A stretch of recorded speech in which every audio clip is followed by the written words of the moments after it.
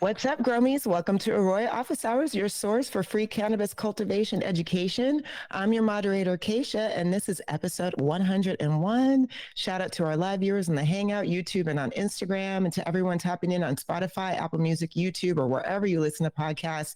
Thank you for your support. If you like the pod, please drop us a review. We appreciate your feedback. Team has been on the road for client visits lately, so it's been a couple weeks since our last episode. It's great to be back on the air with you, Seth. How you doing? Good, Kaisha. Yeah, it's great to be back. It's been a pretty hectic couple weeks trying to get everyone together. Yeah, that's facts. And that's one of the benefits of having our Aoya core is you get like FaceTime with Seth and Jason. So glad to have you back in studio. All right, we got a lot of questions in the bank. So let's just get the party started here. We got a write-in from Franco Sativa. They had this question.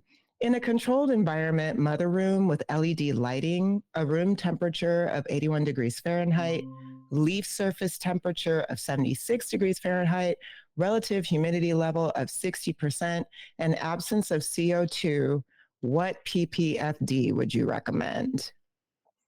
Usually what we're looking at when we talk about CO2 is about, PPFD plus 250 in terms of ppm. So if you don't have supplemental CO2, one important thing is to find out what is your ambient CO2 like in your area, and then figure out, okay, am I going to have to pull in outside air to accomplish this? Because if I have a sealed room, those plants are going to use up all those CO2 and it's going to be down very, very low.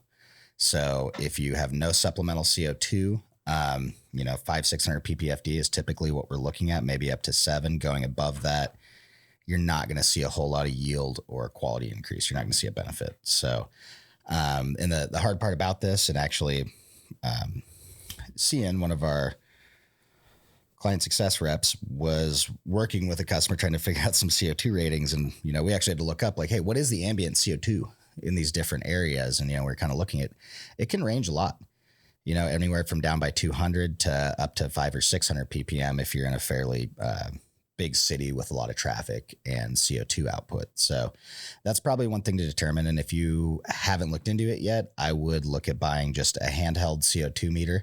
So you have some baseline and know that, hey, we're going to have to replace the air in this room possibly every hour, day and night, to keep those CO2 levels high enough to support good plant growth. If you don't have that option, this is where a CO2 system would pay itself off pretty quickly, especially in a small grow. And then on the flip side, if we're talking about greenhouses, for instance, again, we're looking at ambient CO2 in the particular area you're in. Where I live is fairly rural, so we have 200 to 300 ppm of CO2. If you're growing in the greenhouse here, that's certainly a limiting factor. So we have to look at like having enough canopy square footage to cover our yield goals, in spite of the fact that we can only pump it so high without supplemental CO2. And in that case, you can start looking at what are your light inputs. What's it take in your greenhouse to actually achieve 600 ppfd? And oftentimes it's far less supplemental lighting than we would have thought. At least at initial build out and spacing your lights, figuring out what, how high of intensity the lights to run if you're running LED versus HPS. So short answer, I'd probably cap it at about 600 ppfd. Fantastic, Seth. Thank you so much for that. And Franco Sativa, good luck. Thank you so much for writing in. All right, we're going to keep it going. Jody dropped some questions in the Hangout a few weeks ago, and we've gotten a few questions coming in about our AROYA Go. Why people are looking for a little bit more of an overview of the software features, and then also just what the upgrade possibilities are. So, Seth, can you give us a little overview of AROYA Go software? Yeah, absolutely. Let me, oh boy, too many tabs. I was going to share my screen a little bit here. Been there. There all the time. All right. So AROYA Go is the same hardware that we use in commercial applications. So high quality, great precision, great accuracy. And the biggest difference is for the Go package, as you can see, compared to, let's say, the regular core package, we have stripped down a lot of the features that are, more useful to bigger clients. If you're running a small home grow or a 5 or 10 light unit, you probably don't necessarily need things like task management. So what we've done is pare down a lot of these bigger enterprise features and go more towards a simpler model that's data focused. So in AROYA Go, and this is a blank demo. I haven't actually plug this into any plants yet. I just want to show you the software. So I'll warn people, there's no data that's going to flow through here. We start out, you got a basic facility map, which this doesn't have, but we can add. You've got your basic room dashboards, just like you would in regular AROYA. There's no devices assigned, but we would see the exact same graph that you see in AROYA in the core platform, along with, the ability to break out individual graphs, use your journal, take notes, etc. The setup is super easy. You get your devices, you go in, hit activate, and then you'll activate your gateway first using the sticker attached to it with your serial number and key. And then you can start to add other devices once your gateway is installed. So super simple, plug it in, activate it. And as long as you don't have a very difficult firewall to get through, very, very plug and play. And then also, if you do buy an AROYA system, we have a sensor entitlement. So if you buy the basic system, for instance, you're getting a climate station gateway and a dual sensor nose. You can add up to 10 substrate sensors total to that package. So you're getting 2. You can add 8 more singles or 4 more dual sensor noses to go up to that size. And if you do decide to upgrade the number of sensors beyond the basic package, it's as simple as ordering them, unboxing the devices next to your gateway, and adding them through this menu and settings. The primary difference in terms of data is that AROYA Go gives you a rolling 60 days worth of data. So you can't go farther back than 60 days before where you're at. That's the one limitation. And as far as upgrading is concerned, the best route there is to just call our wonderful sales team. They can guide you through that process. There's certain situations where we highly recommend it, situations where we don't, and some that are in between. So give us a call. That's my best advice on upgrading there. Fantastic. Yeah. Thank you for that, Seth. Yeah. So basically AROYA Go, we got AROYA enterprise solution. We have a solution for whatever you got going on. So definitely contact us if you have any questions. And we'd be happy to walk you through AROYA Go and the full AROYA platform. You want to bring up something too, Kaisha? I think we don't talk about as much on this show. We've touched water activity a few times, but we kind of cover everything from the home grower all the way to post-production. So we also help people with their curing processes, dialing that in, trying to make sure you're not over or under drying your product. And then, we sell the same water activity meters that a lot of certification labs use. So it allows, cannabis producers not to do their own state certified in-house testing, but you can get those results faster than you would if you send it off to the lab and be confident in your processes and check them along the way with the same tool that the lab's using. Because that's one frustration we run into is clients that are, using various different moisture analyzers, but those analyzers aren't operating on the same scale or with the same accuracy as the lab they're sending it to. And that can be a constant challenge trying to chase down that perfect cure. And, as we all know, it's horrible to spend 3 months growing this plant from cut to harvest and have it all get too dry or rot in the dry room. There's nothing worse than that really from a cultivation standpoint. And that final cure is super important to bag appeal and nose. So, I've run into plenty of people that produce some amazing cannabis that, unfortunately in their facility, the dry room part of it and cure room were the afterthought. When we're first setting these businesses up, one of the inclinations is to say, hey, my flower room is where I make my money, which is true to an extent. Absolutely. But if everything else is not optimized, that's kind of pointless. Like your flower room can't perform as well. If your veg room isn't optimized, your veg room can't perform as well. If your mom and clone process isn't optimized, and your final weight and quality are going to suffer if you're not optimizing that post-production dry cure phase. So I just want to bring that. We don't talk about it enough, I think, and we're starting to see this particular topic becomes very, very important in the industry as we get to a higher and higher level of competition. Mm-hmm. That is facts. I actually love that you brought that up, Seth, because we did get a comment and we hadn't gotten to this question for a couple of weeks. So I'm going to go ahead and drop it. Our Quincy dropped this comment saying, we have been having an issue with getting bud rot in our drying room. We have been pulling down massive colas that are super dense. What is your guys' process of drying? Do you break them up and dry on racks? My preferred process is not to hang whole plants. I try to break it down into a 2 to 3 foot long branch, hang that individual branch. Now, in some states, this can pose some compliance issues if they want you to have your tags on the plant itself. So that's certainly a consideration. One of the big things we see, mold popping up in the dry room, there's a few things to look at.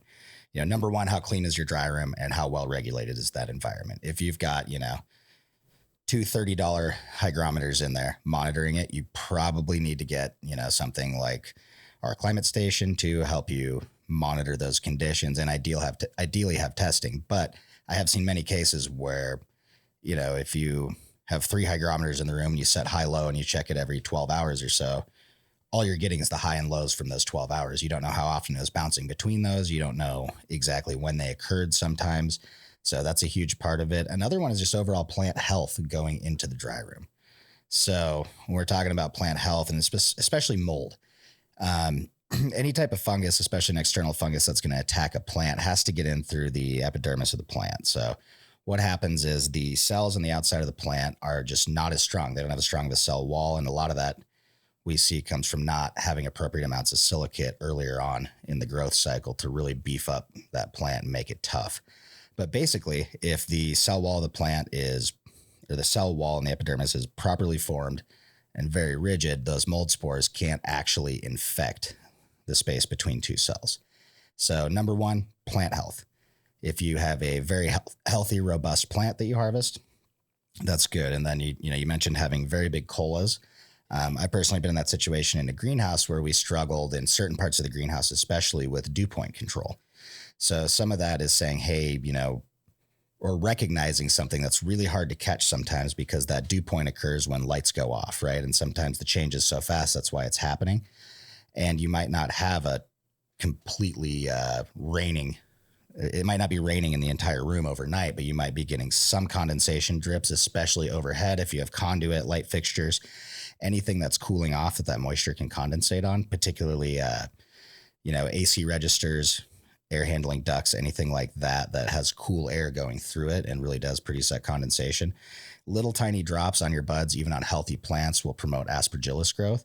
And a lot of times what we see is, I've got this bud, it's been getting dripped on. It's super wet, but the plant's actually kind of healthy. It's not molding out in the grow room while it's getting wet. But the moment I chop it, that plant's starting to die. So its immune system also is starting to die. And then when we get into the dry room, now we've got a mold infection issue. And even in a dry room that was sanitized very, very well and has, let's say, even HEPA filtration, and it's like a surgical room, if you're bringing mold in there, we've got a problem. And then one of the final ones that I run into a lot, especially with, some of the big cola strains is, right back to our dry room being sometimes kind of the last thought. So when you go to harvest, there's a very popular trend or action, which is to strip as many leaves as possible off the plant right before you take it down. Now, when you do that and you start pulling those leads off the base of the buds, especially those big colas where that petiole is going like potentially in between 2 buds because the nodes are stacked up so tight. A lot of times when you pop that off, especially if it's, let's say, 1 to 3 days before harvest, you're creating a wound in the abscission zone at the base of that petiole. And that does 2 things, Number one, it actually does affect the dry cycle. How evenly the bud dries fairly well because we're ripping out some xylem and phloem and not letting water pull out of the bud the same way as it would if that little bit of petiole was still there. The other thing is when you create that fresh wound and then harvest the plant right away, anytime you have a wound like that, we're going to have, it's going to exude some sap, right? So what is sap? It is sugar water, lots of sugar water. So if I pop that leaf off in that, where I popped it off is right, like I said, in between 2 buds, it's a little buried wound. I get a little sap on there. Well, now I've got a nice little bit of sugary sap for mold to grow on where the plant has absolutely no possible defense because I have an open wound and the plant's relying on the integrity of that epidermis to keep it safe from mold. So I created that wound. I've got sugar from the mold I eat. Then I shove it into a dark room at 60 degrees Fahrenheit and 60% humidity where if you throw a piece of bread in there, it's going to mold. So that's kind of one thing to think about. In the dry room for ultimate quality, we're really pushing down into a territory that mold likes to live, right? That's part of why those first few days of dry, we're usually putting our set point for humidity down really low, depending on the system, because if you've done a good job and your facility was designed 5 years ago, at this point, you are likely producing a lot more weed than you planned on. So you're having trouble maintaining that temperature and humidity. And that's where that monitoring comes in too. So you can understand like, hey, we're great for the first 3 days or we're not. Day 4 is when we really hit our ideal control. Okay, well, those 3 days that we didn't have control, it was too humid. At 60 degrees and 80% humidity, we're going to see mold, period. You're not going to be able to bring them in. I mean, there are some facilities that may be clean enough, where the entire thing is completely filtered and we actually have really low counts of spores, but Aspergillus and botrytis are fairly ubiquitous to the environments around us. There's some places you can live with a little bit less, out in the desert, Mojave and stuff. But other than that, like here in the Pacific Northwest, East Coast, Northern and coastal California, we have hosts for these little diseases everywhere around. I always joke with people, I can't walk outside of my house or office, throw a rock and not hit an apple tree in Washington. Well, apple trees host botrytis. It's real. It's there. And the best we can do is try to keep that dry room parameters outside of it and introduce robust, healthy plants. So if you are having trouble with mold on some of those bigger buds, it's 2 really good options, especially if you feel like, hey, we're at capacity. We got to get as much like we don't want to waste any energy drying leaves. And I totally get that. We're looking at more like 5 to 7 days before harvest, using snips, cutting the petiole, giving that appropriate time to dry back and seal off that abscission zone so that we've actually created a scar not a scar, callus, but looks like a scar. But basically that can actually protect the plant from introducing mold right there. So few different things to look at. And another one, depending on your growing situation, some strains are way more susceptible to mold than others. There's a great gradient and resistance that if you've grown enough strains and you decided to, especially always go back to the greenhouse because they're great mold screens here in the Pacific Northwest. Will your strain mold? I don't know. Give me 3 months. I'll tell you. But some of those strains, like if you've got, top colas that are as big as this water bottle, okay, what kind of environment are we in? We're looking at, hey, inside of this nug, it's really hard to get airflow. So if that ever gets wet, we've got an immediate problem. Also, if I can't get the kind of control I need, I don't have the airflow, I'll look at alternative strategies. If I have a plant that I've grown 10 times, it's molded out every time, but I identify that, hey, every bud bigger than, let's say, my fist molds. Okay, well, a couple options there. First route is to go in before harvest, cut out all the stuff that is going to mold and throw it away. That's not fun. That's always sad to take trash bags full of top nugs out to the garbage, right?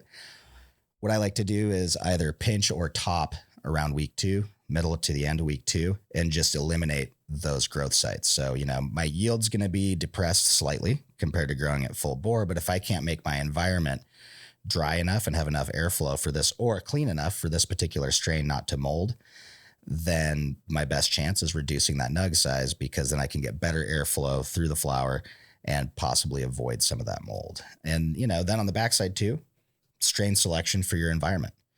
I know years of greenhouse growing here, there's just strains that I will not grow because it puts the rest of my room at risk for failing a mold test, right? A lot of considerations and just for the drying and curing part of things. Thank you for that, Seth. That's great. Great overview. All right. We are starting to get some live questions in. Golden Child posted this on YouTube. They write, hello. I am having issues with low pH in my runoff about mid-flower. I flush them and my EC comes way down to almost input EC, but my pH won't rise. What else could be causing low in-pot pH? I also run the same nutrients right down the street at another facility and run the same program, but I don't see the 5.1s, 5.2 pHs at that spot. So an important thing here to look at is the difference between EC and pH, right? EC is the actual level of salt or ions that we have in solution. pH is looking more at the ratio of positively charged to negatively charged ions.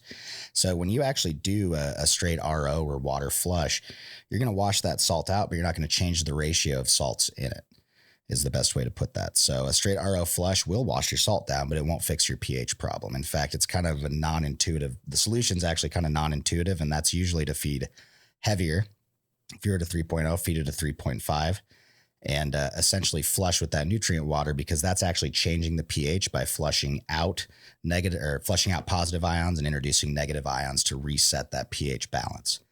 So kind of non-intuitive. And if you're seeing it in mid-flower, typically that's because you've been underfeeding. You haven't been pushing enough runoff in the lead up to that. And as that plant eats those negative ions out, we're seeing that pH slowly drift down over time. And by the time you hit 5.051, you're 1 or 2 weeks past when you should have taken action to correct that. So keep in mind, I guess, that those two things are not connected. And, what episode are we on, Kaisha? 101, 102? 101. Okay. So I'm going to say we've said not to flush at least 200 times on this podcast. just stop it and look at the science of what's going on. And then also realize, a big thing we run into is this lack of understanding, not just in cannabis, but in horticulture at large, especially if you haven't studied soil science very much.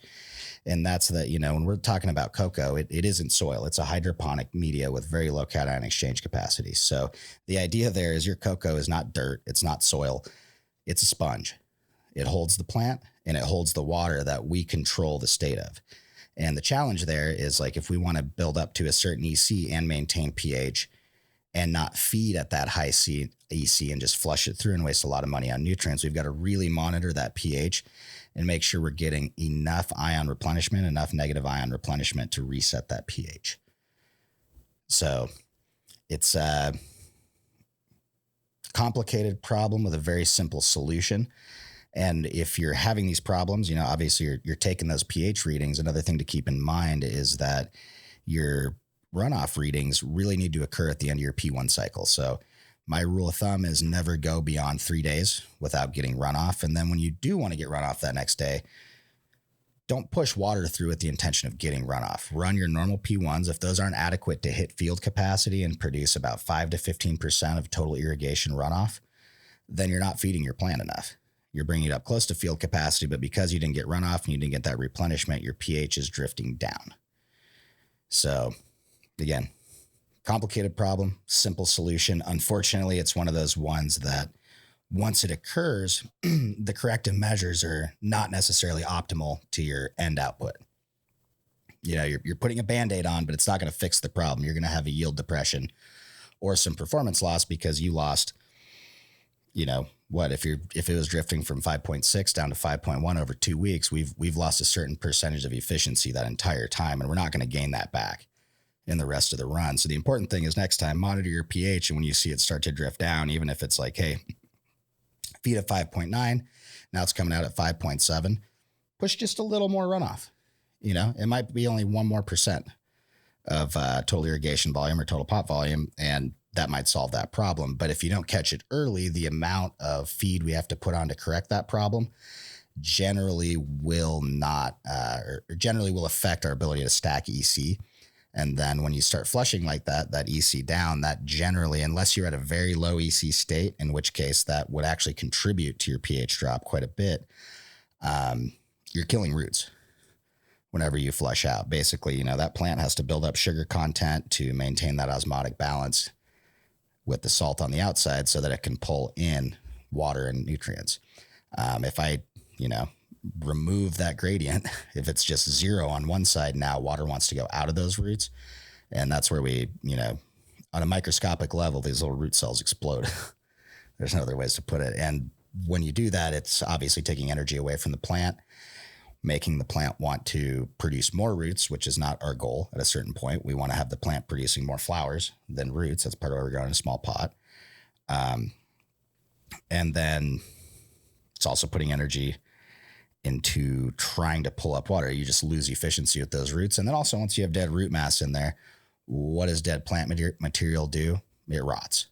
We're either going to see a fungal or bacterial rot start to occur in the root zone. And that being said, you can do all these things to a plant and still get it to finish, but it's not going to be as good as if you had properly maintained that strategy all the way through. And if you're seeing it at one facility versus another, then go check your emitters. Go see, like, hey, our one facility, the irrigation's brand new. The other one, it's a year old.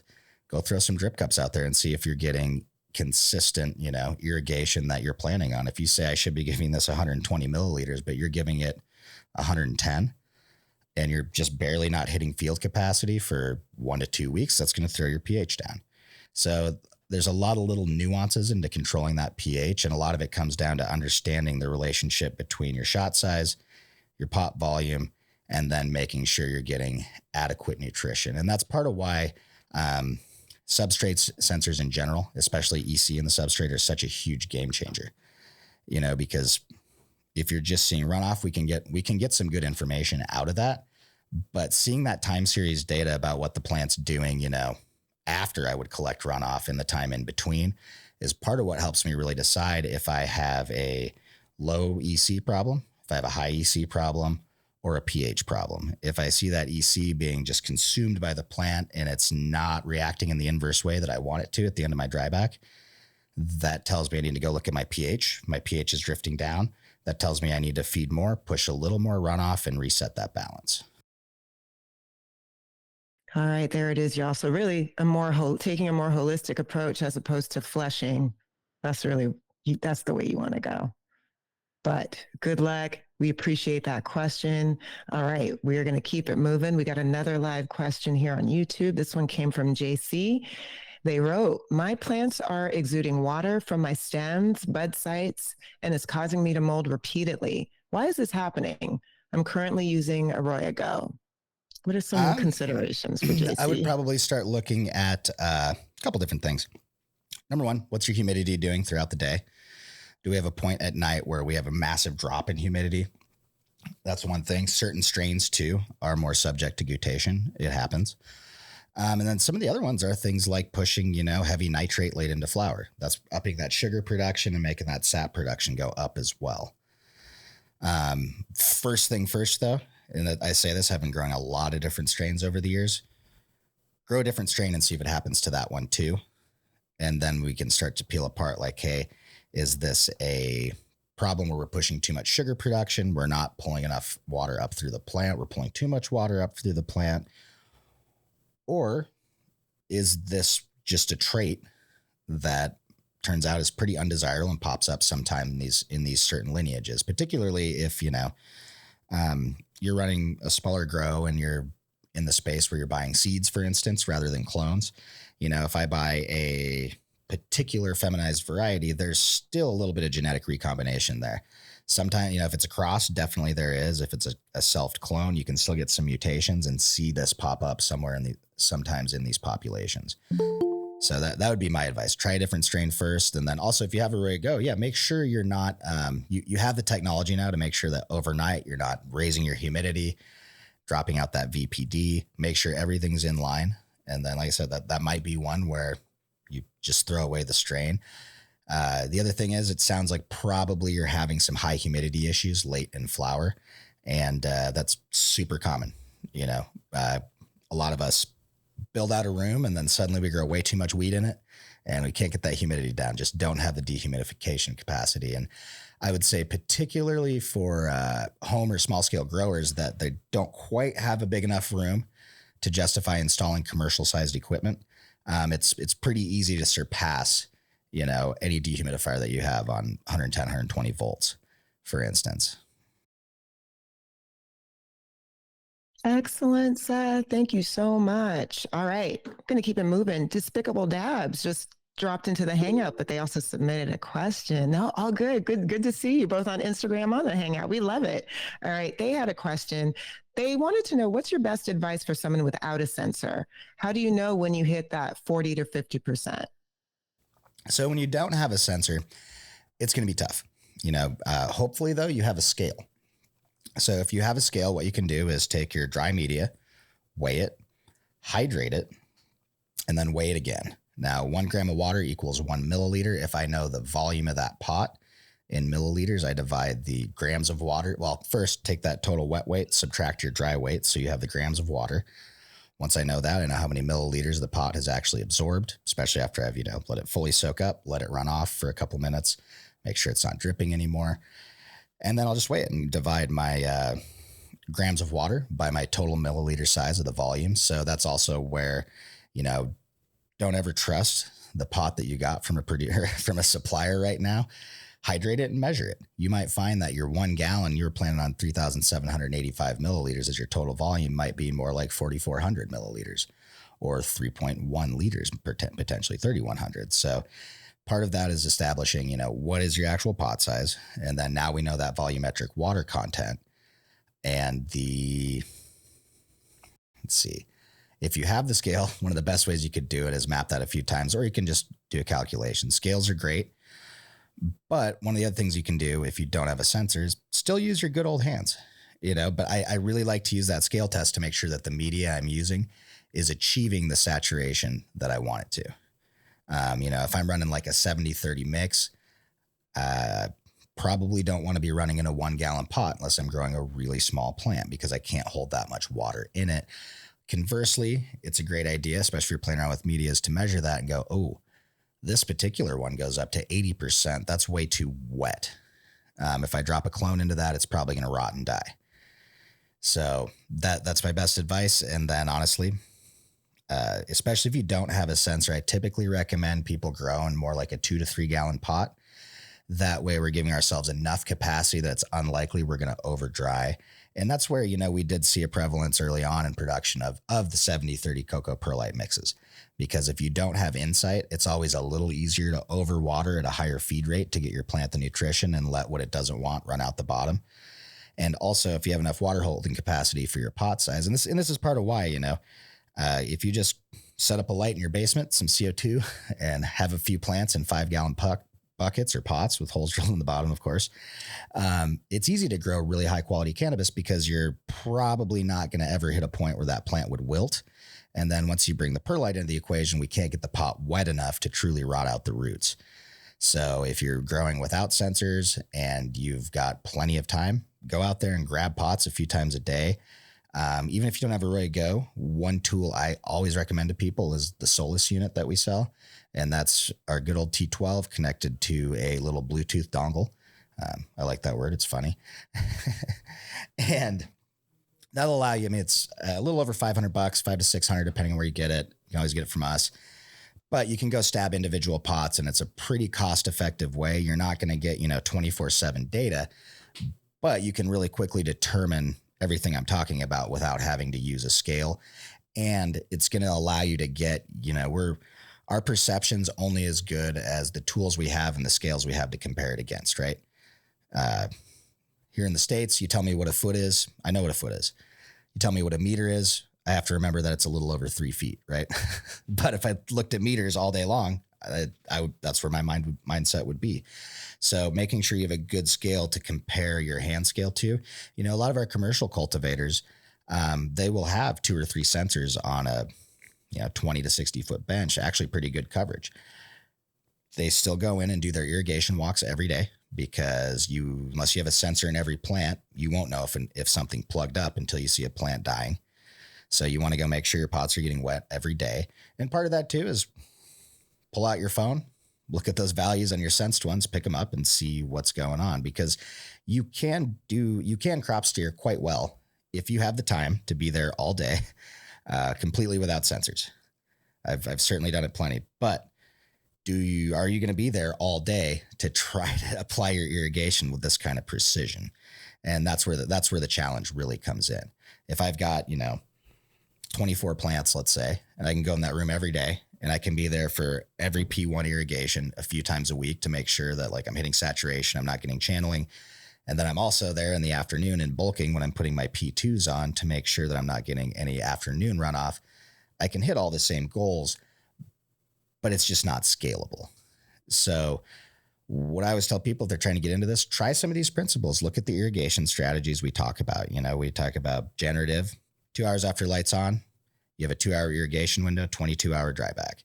Make sure you're getting appropriate runoff. If you don't have a sensor, run a little higher feed EC and get runoff every day, just like we've always mostly been told when it comes to feeding salts, right? It's a drain to waste system.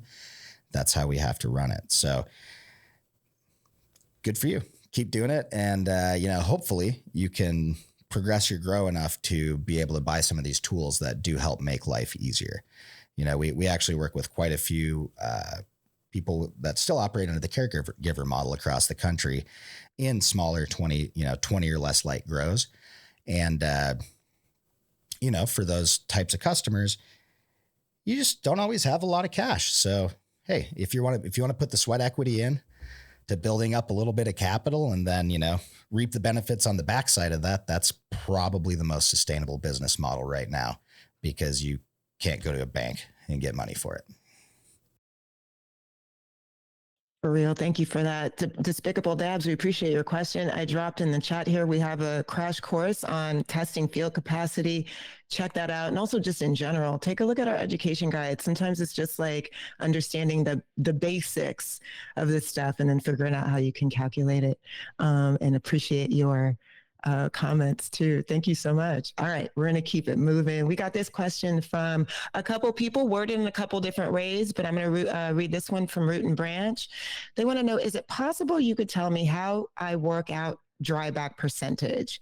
If my volumetric water content is 70% and I want a 25% dryback, what's the equation, please? Is it 25% of the 70%? So when I'm talking about drybacks, I'm always talking about volumetric water content. I like to keep it in one scale. So a 25% dryback, if you had 75% VWC, which would indicate to me that you're using either a poor quality cocoa or you're freshly transplanting into some rockwool. 25% dryback would be down to 50% VWC. So we're not trying to make this more complicated by making a percent of a percent. VWC is a solid value. It's not relative like saturation. So, 100% saturation is relative to wherever the field capacity is on that pot. We're not talking about that. We're talking volumetric water content because we can easily convert volumetric water content into milliliters. All right. Thank you for that. And then on that note, Tortuga Ituro wrote on YouTube, what is the downfall of over-dryback? The downfall of drying back too far? Yeah. Well, when we're talking about plant health here, there's a lot of talk around plant stress in the cannabis community, right? And we're actually, like, by the scientific definition of plant stress, we are actually applying very little stress to these. True dryback stress, aka drought stress, would hit when we go down to what's called temporary wilting point. And that's where we see, negative effects from overdriving. But even before you hit temporary wilting point, if we look at the matrix potential curve of cocoa, for instance, the lower we go, the harder it's holding on to that water. So you pass a point of diminishing returns. And our goal with generative steering specifically is we want to elongate that time between waterings because we're not forcing the plant to respirate and grow quite as much. But we're not actually, like, that dryback percentage. I don't want to say it doesn't matter because we do want to get a minimum of 10 to 15% just for good root zone aeration. And it's a sign that our plant's growing at an appropriate rate for our pot size. If we're going too deep, we're going to push potentially down to that temporary wilting point zone. And when I blow this up across a room and I know that I've got, about a 10% variance on my plants across that table, if I set my dryback goal way down to like 18%, I've probably pushed a good amount of those plants down to 13, 12, 10. And at that point with cocoa, we're starting to see, some of these plants hitting temporary wilting point. And then if it goes even lower, let's say we got a plugged emitter, that's when we actually pass permanent wilting point and the plants die. Now, when we talk about that, and that's just cocoa. Now, if we get into rockwool, for instance, there are some pretty severe consequences to over drying that are, tricky to see when it happens right away. So rockwool, one of the cool things about it is the curve on its matrix potential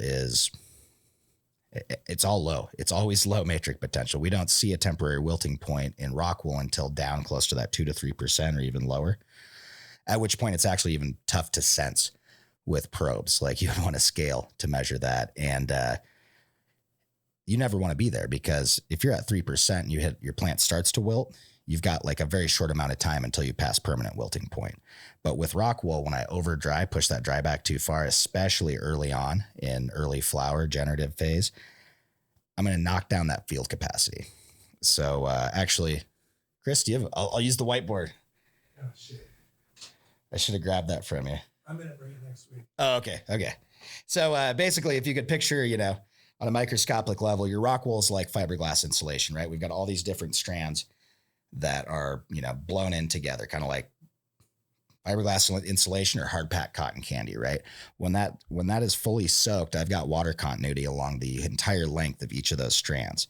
Now, as that water dries back, I'll start to break that continuity along an individual fiber. Now, water being a polar molecule, it's cohesive when it's together. But if I put 2 drops from this bottle on the table, and it's a small enough drop, if I push one drop towards the other, it'll actually repel the other one. So what's happening on a microscopic level in there is we're starting to develop all these little pockets that are hydrophobic. They're actually, not letting water enter them because we have polarity working against itself. So if I over dry that repeatedly and break all all that water cohesion inside of there, I'm developing more and more of these little dry pockets, which if I'm pushing that over and over really quickly, I'm going to knock my field capacity on my rock wool from 65. Let's say I dry back down to about 25, 30. That next day, you're going to get your field capacity is going to be like 55. Do it again, it's going to go down to 50. And then eventually you'll chase that down to where you're operating in the like 18 to 28 or 30% range. And at that point, the media can't actually hold enough water and have enough water availability to support, healthy plant growth. So what we'll see is typically, deep drybacks with rock wool early on, we're dumping that field capacity down, and it becomes harder and harder to go more generative. So instead of being able to go generative for 3 or 4 weeks, we're only able to do it for like a week and a half, 2 weeks, because we're drying back too far. And now we can't not bulk. So a couple things can happen, depending on when that over drying occurred. I might have to start bulking too early, which is going to encourage my plants to just stretch and stretch and stretch and not put on, the type of nug size and density and quality that I want. The other, if it tends to happen a little bit later, is that, hey, if I've got, 28% VWC holding capacity instead of 55 to 65, I've got much less available water. Much like the tomatoes out in my garden here, I can not water those, and they'll still grow, right? There's water in the ground, but if I water them, they get bigger. Having more water potential and water availability for the plant means it has more water to utilize. Once we've got that over dried rock wool, that's when we see, a lot of growers that say want to move from rock wool or Coco to rock wool because they're like, hey, that's new, it's clean, all that fun stuff. If they're not aware of this over drying factor, one of the biggest things I hear is like, man, why did I get like half the yield when I tried that rock wool run? Like that stuff's garbage. And it's like, no, you just have to operate in different parameters, especially if you moved from something that was like, let's say a 70-30 mix at 40 to 45% VWC to that rock wool. You've got to adjust your own ranges to deal with that and start to master the art of like, hey, I can't put quite as big of a shot on the rock wool, has to be more space in between, and start to figure out some of those nuances, and those differences, we always talk about Coco and rock wool, but even Coco, depending on your chunk size, how well the pith is ground, and how tightly it's packed in, all of that can affect our water holding capacity. So it's very, very important to test your media as it comes in for VWC. You want to see how high it can get. If I'm buying anything in bulk, I'm always going to hydrate at least 1 or 2, tear them apart, see what's going on. They're going to go in the trash. I'm not going to use them, but I want to see what's in that media, what the consistency's like, and investigate if I'm going to potentially have any problems. If I've got a media that I know is going up to Coco, let's say it's going up to 65 or 70%, I might make the choice to not ever drop a clone into that. I might go with an intermediate media because I know that my root end success is going to be a lot better from clone to my intermediate media.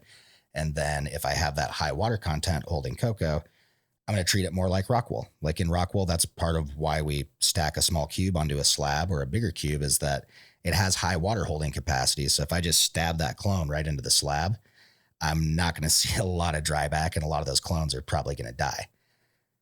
So these little nuances are something to definitely keep in mind. And it's frustrating, I think, for the grower because, just now that cannabis is going to greater and greater markets, before you'd go to the grocery store, you'd buy something. If you didn't like it, well, throw it away.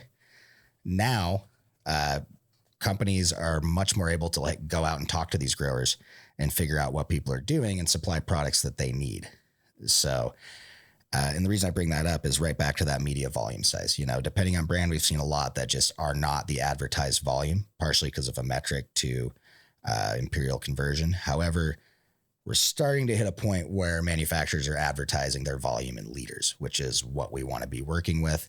And then again, just always verify it. One thing about Coco or even rockwool, there's not a whole lot of money that goes into making it. Otherwise, it would cost you a lot more to buy. So we have to accept some level of manufacturing tolerances surrounding it. And, we're working with plants. Everything's dynamic, nothing's static. So when we think about that, that means everything we do is like that. No matter what we're doing, we're operating inside of a dead band.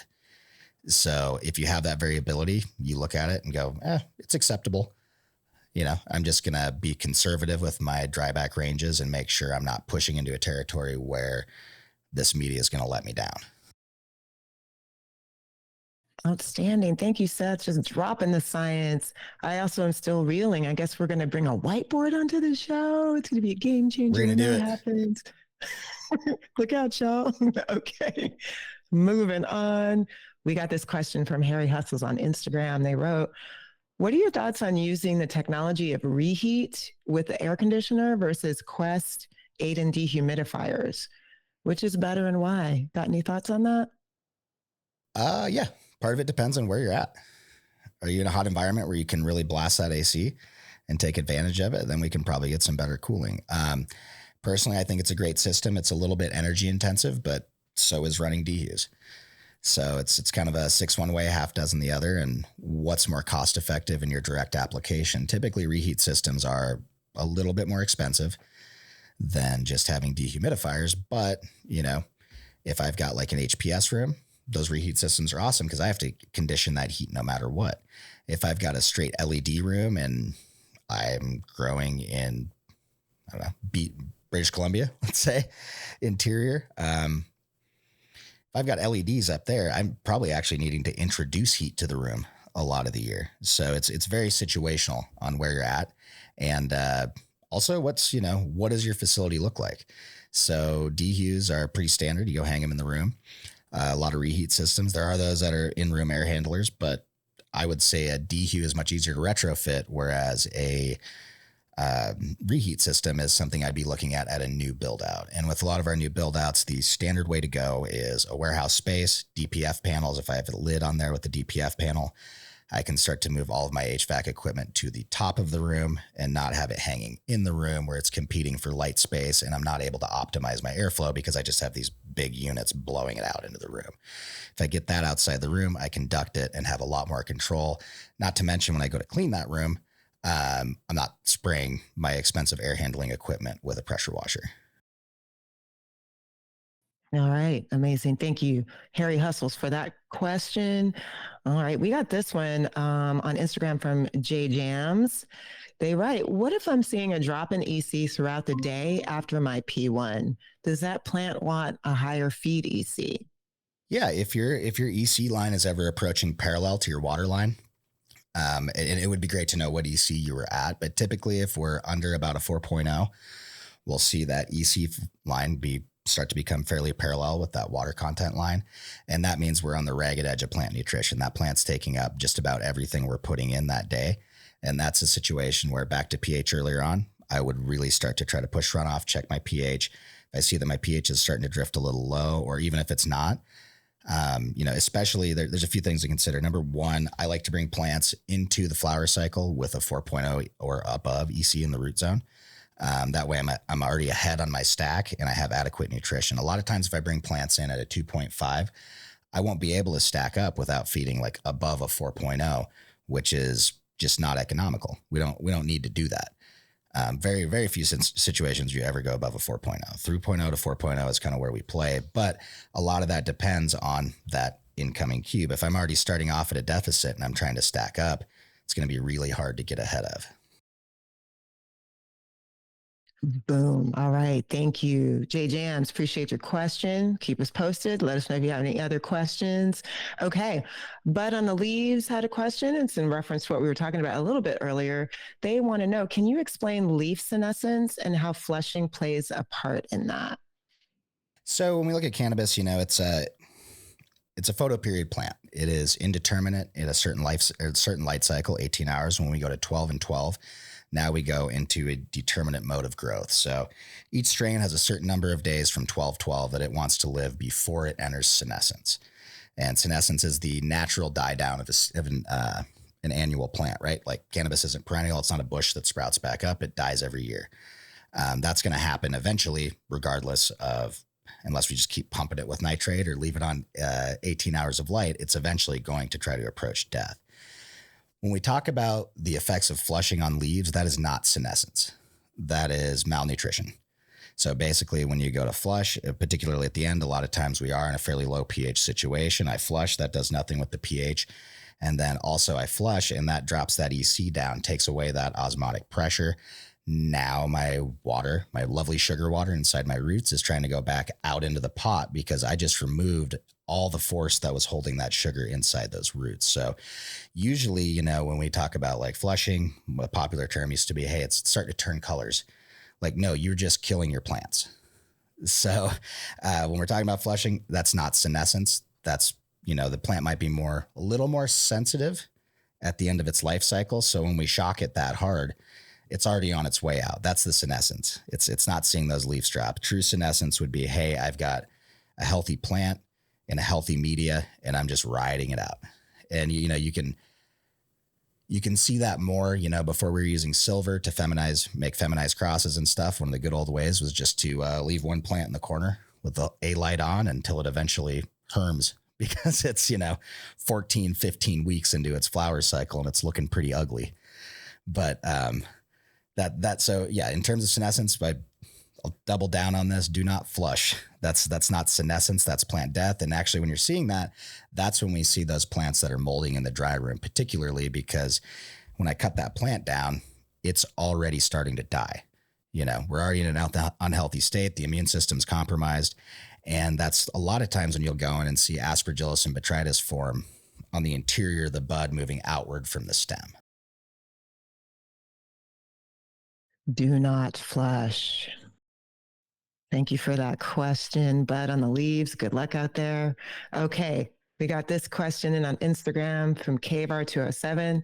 They write, I'm going from clone straight to 2-gallon cocoa bags and vegging for 14, 21 days before flip. Should I be building up my EC high for flip, or should I build it up when I flip? So in veg, you know, particularly in the 2-gallon pot, I would probably recommend against that. You're going to have a little bit better success in a short veg by going with something like a 4x4x4 rockwool block, or just a small cocoa pot, little 4-inch guy, 0.3 gallons. And that's just going to make that root in easier, a little more consistent. However, in terms of veg, what we want to do is one of my favorites is I'll charge up that 2-gallon pot at a 3.0. My cube that I set on top of it will be at a 4 to 5 EC. Set that on. Those roots are going to seek that lower EC pretty quickly. And then I'm going to have enough nutrition in that pot that once I start my P1s in generative phase, I am going to be stacking that EC up. But general rule of thumb is that clone needs to be in something that's a 4.0 EC at your wettest point of the day before you flip, just to stay ahead of plant nutrition. You know, I've seen a bunch of scenarios where, hey, we went in and all the plants were at about a 3.0 because we're feeding 3.0 in veg, and we're just hammering it. So we're flushing it essentially or washing it. I'll say, not flushing it. We're washing it to 3.0 every day, basically. But when we get into veg or into flower, that plant starts taking off, and we're just, you know, that 3.0 feed is sometimes not enough. And also our stack going into it gets consumed very quickly. So rule of thumb, get your veg plants up to a 4.0 EC, particularly if you have CO2 and you are in the 800 plus PPFD range. That's also going to help. And another part of that too is matching your DLI between veg and flower. Not always possible, but is ideal, because part of that too is we can start getting that stack going in veg, come in with a more robust plant, cut down on the time that we're tapering the lights up. And then if we have that higher EC and the plant's actually already used to it, it's adapted, it can take up nutrients faster and build tissue much faster. So optimizing that transition is great. And that transition from veg to flower is very important, and nutrition is definitely a big part of it. Awesome. Thank you so much for that, Seth. Thank you, Kvar, for the question. All right. So, last few minutes of the show. This question was submitted earlier. I thought it was a great overview that we could tackle. So, Tyrese wrote in, I'm coming up on my 4th year of cultivation, just made the switch from organic to Coco, Gorilla Tent with 4 2-gallon pure Coco. They're looking for best tips for new growers. Also, any best tips for seeds and seedling phase with cocoa, and then just your favorite nutrition program with pure cocoa. So let's do a little focus on cocoa right now. Yeah, for sure. So number one, if you're growing in cocoa, great. That's I don't want to say it's a great beginner media. It's just a great media, and it's got a lot of forgiveness to it, which is, I think, one of the best things you can do trying to get in. I've talked to plenty of people who cut their teeth with rockwool and never used cocoa, and the early part of their growing career was rough. Like they had to actually power through and not lose interest, because they got so frustrated. So it's great that you're doing that. As far as feeding in that 2-gallon, right back to the last question, I would probably go with an intermediate media. If 2-gallon cocoa, if you're using pure cocoa, they also offer a 0.3 gallon small block to set on top. My favorite way to pop seeds generally is a root riot or equivalent cocoa plug. You want to make sure your source, ideally trying to source them from a more professional place than the hardware store down the road, although sometimes they have good brands too. But basically starting in a little cocoa cube, best way to go, you're going to pop that seed, grow it up to, 4 to 6 inches, drop that in your 0.3 gallon cocoa pot, veg in that for 10 to 18 days. And then you're going to drop that seedling right on top of that 2-gallon. And it depends on what you're doing. Pheno hunts, I don't ever really expect to maximize yields out of, but it depends on what you want to do. If you're popping 4 different seeds, try them out, keep your winner, take cuts of all of them, keep them on the side. And then once you find some strains you like, getting into cloning really, really speeds things up. It's highly worth it, especially, if you're not out there trying to buy a bunch of strains, you're not trying to build up a massive library. Let's say you just bought a pack of 6 seeds, you popped them all, pick the best one. And one thing I like to do, if I have the time on that front, is I'll pop my seeds in a veg space, take a cut or take a couple cuts off that seedling, clone them, and then I'll actually flower those clones, because that's going to give me a better representation of what that plant looks like in a clone setting. Because some plants, we sprout them from seed, they grow into a huge Christmas tree. That first next generation of clone, it grows into a bush. Okay, well, the bush is a lot more desirable than the Christmas tree in terms of, especially if you've got 4 plants in a small setup. We want to maximize the number of branches. Your tent is your main limitation, is the actual space you have, right? Like if you had a bigger room, we could spread them out and grow a little bit bigger plants, but we're trying to really pack it in and maximize that space. As far as nutrition goes, keep it simple. There's a few good products out there. I like Front Row quite a bit. Athena and HGV are also good, but hey, there's a bunch of people that mix their own salts and have success too. In your particular application, I would probably be looking at, and it just depends on what you want to grow too. What is your desired outcome? Because when we talk about certain, single mix nutrients, front, beginning to end, those are going to work for 60 to 70% of the strains all the time. You're always going to have a certain amount of strains that just won't finish with a high nitrate load later in flowers. So that's something to consider, is going with a nutrient product that allows you to pull back on that nitrate. And no matter what program you choose, follow the directions your first time around. Don't try to reinvent the wheel. Just follow it to a T. I have growers that love to use House and Garden, their old liquid formulations, and they're fine. My only argument against that is you're potentially shipping water if you don't have a hydro store in your town, and the shipping might get a little expensive. Otherwise, most nutrient programs actually work really well when applied correctly. I think a lot of what I find is growers going in, they read a lot and say, oh, I need to add CalMag, I need to add a micro supplement, I need to add silica. Like, no, just look at what that has. If you go to the grocery store and buy something that is very specific for cannabis nowadays, guess what? Those fertilizer companies are allowed to market to us. So they can produce a product that is very specific and has everything we need in it. And most of your companies now are offering a complete line. So you might get your A, B, Bloom, and or AB micro, depending on the setup. And then, Front Row, for instance, has a silica supplement. They have an enzyme supplement. So probably look around and see, what fits your grow the best and what's the easiest for you to use, and that's where reading those instructions is great. If I go back like 10 years and I went to like an 8-part nutrient that I've got to mix up 8 different things and try to not get them to fall out or anything like that in solution, that's setting me up for failure. If I pick something that has 2 parts and the directions say to mix one, stir, wait 5 minutes and mix the other, stir, and then pH, well, that's pretty simple. And you're going to have a better time with a simpler nutrient program, even if it is limiting on some strains that you can grow and finish the way you want to, but that part's going to work, particularly if you follow some basic irrigation instructions. I always recommend people, like in that 2-gallon Coco pot, you're going to have a great time. Just make sure you feed heavy enough. And by that, I mean between a 3.0 and a 4.0, you get a little bit of runoff every day. And in the 2 gallons, there's probably a good chance, depending on your irrigation system, that you don't really have to go into a bulking mode very hard. And that's one thing I think that, especially for people just trying to get into it or grow on a small scale, man, if I've got 4 1-gallon pots and I have 6-foot tall plants in them, I need to water them a lot. And if I don't have an irrigation system that can put on 12, 16, 18, 22 irrigations a day, that might not work out. But if I have a 2 or 3-gallon pot and I can go put on a couple fat shots in the morning, dry back 22 hours, I'm going to have a short, bushy, really high quality plant. And if you're growing for your own purposes, like I always like to tell people, I don't even use CO2 at home. I'll have some beer going, some mushrooms, something like that to boost my CO2 a little bit. But with my light setup in my room, I can get 1.8 to 2.2 reliably without CO2. So do I need to grow more than that for myself in that situation? No, that's plenty for me to have and share with my friends before I get another round pumped through my room.